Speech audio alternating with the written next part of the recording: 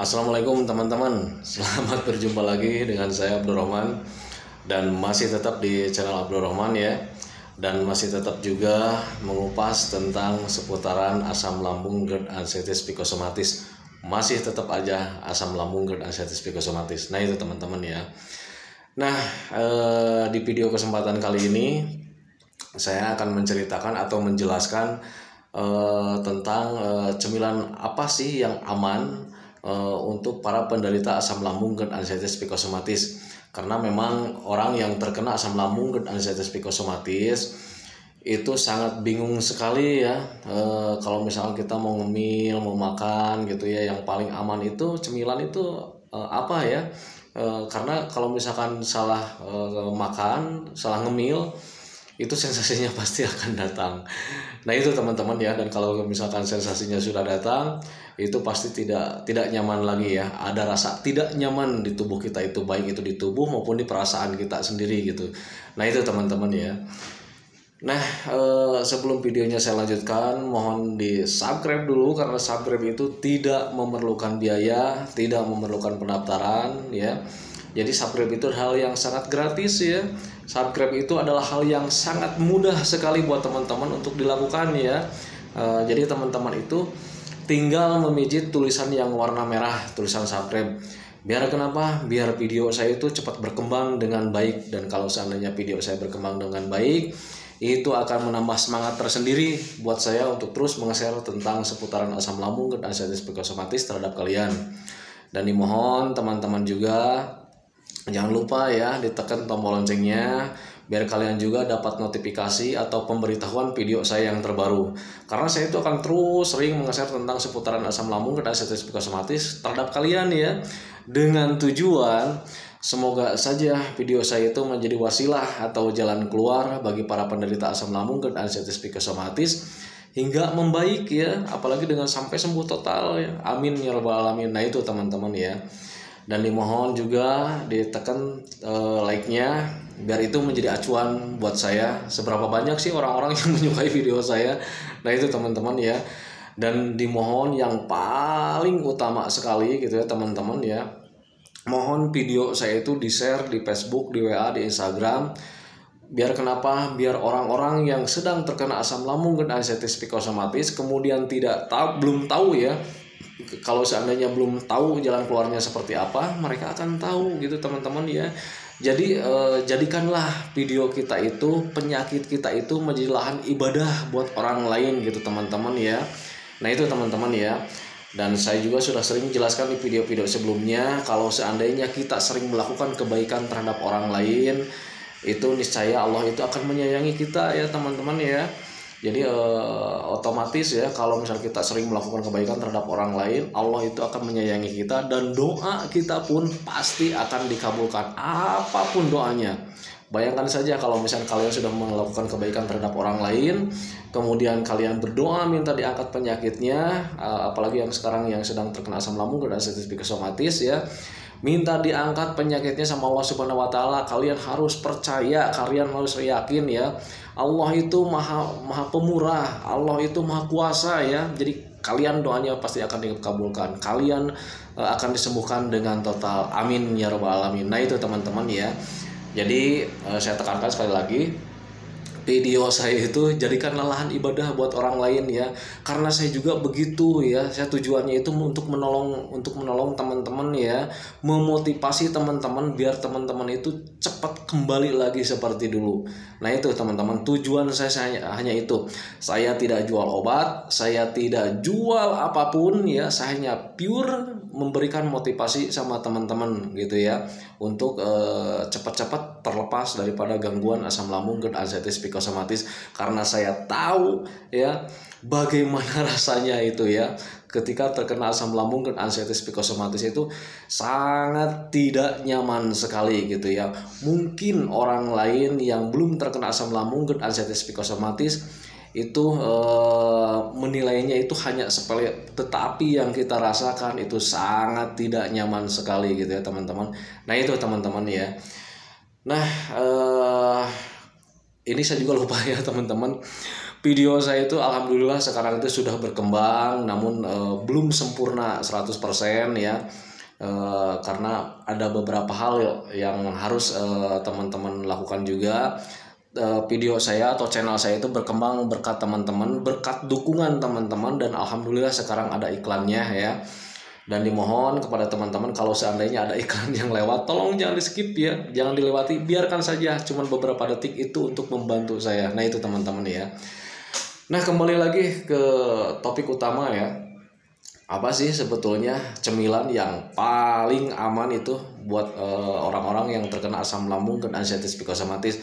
Sebetulnya untuk cemilan itu hampir sama dengan makanan ya, dengan jenis makanan. Yang pertama itu ya, yang paling utama itu mudah dicerna, jadi tidak alot lah gitu ya. Sebab kenapa? Sebab kalau misalkan makanan yang alot atau cemilan yang alot itu susah dicerna, dan kalau susah dicerna itu sudah pasti dengan otomatis ya asam lambung kita itu akan menaik, akan meningkat gitu ya.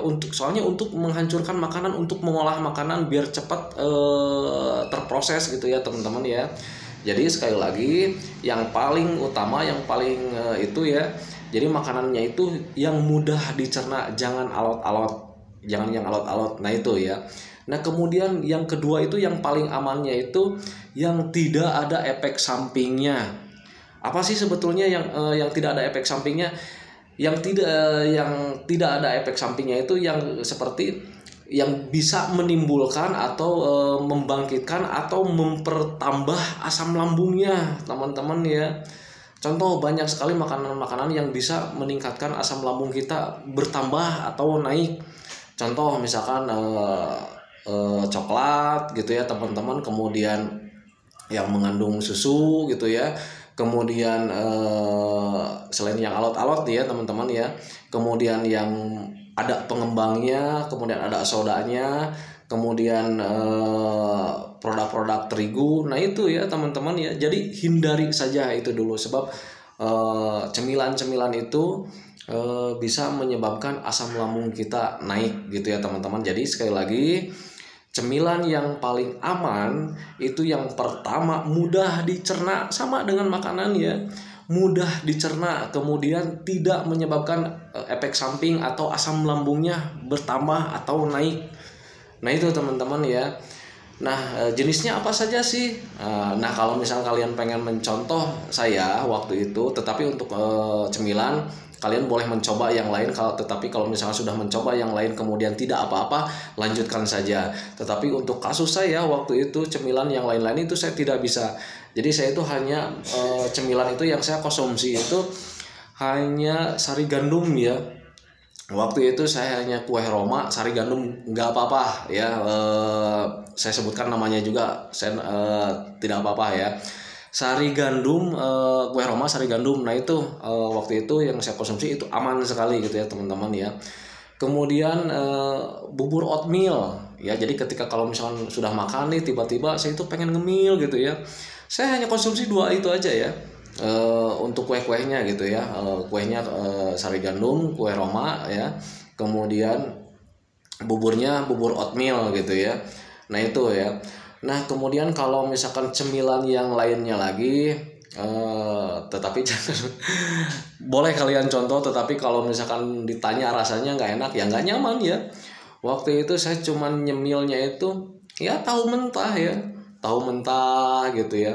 Tetapi kalau misalnya kalian pengen mencoba ya boleh-boleh saja silakan. Tetapi kalau misalnya ditanya rasanya kayak gimana, ya biasa saya nggak pernah nyemil tahu mentah.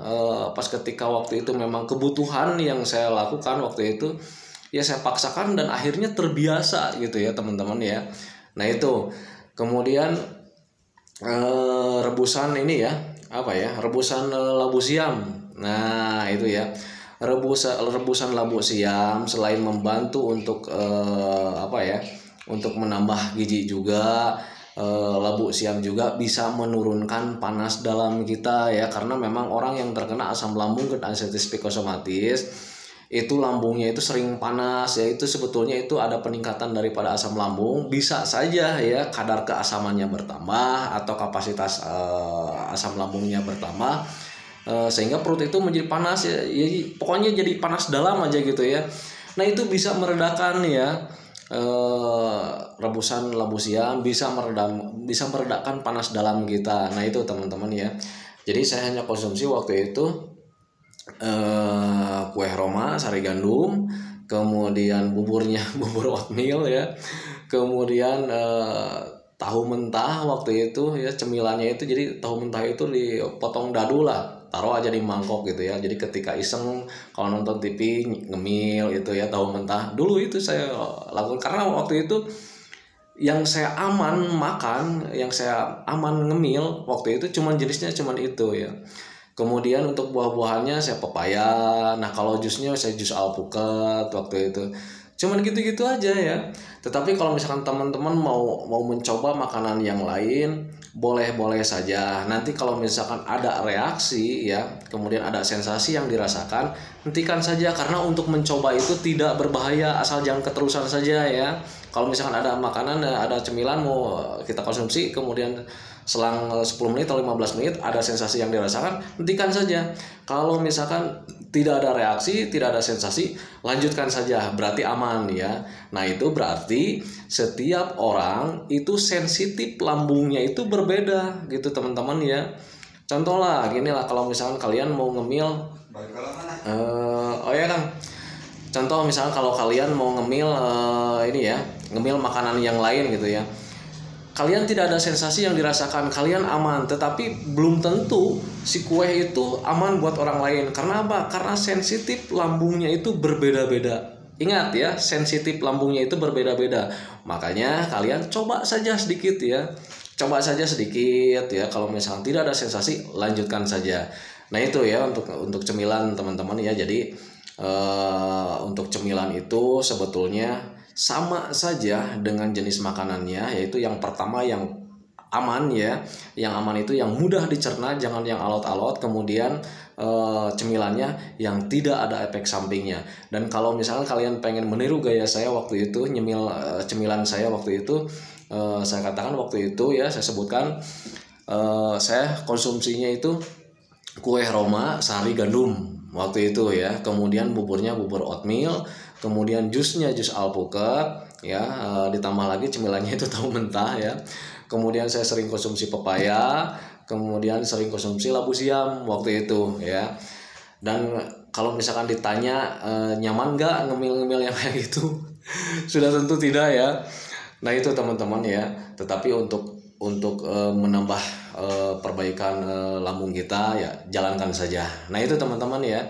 Jadi jangan khawatir kalau misalkan untuk cemilan, lakukan saja cemilan, bebas kok untuk mencoba, itu tidak berbahaya sama sekali. Karena yang bahaya itu kalau misalkan terlalu berlebihan gitu ya teman-teman. Tetapi kalau misalkan nyoba-nyoba sedikit ya nggak apa-apalah gitu ya, tidak apa-apa. Karena saya waktu itu juga dulu begitu.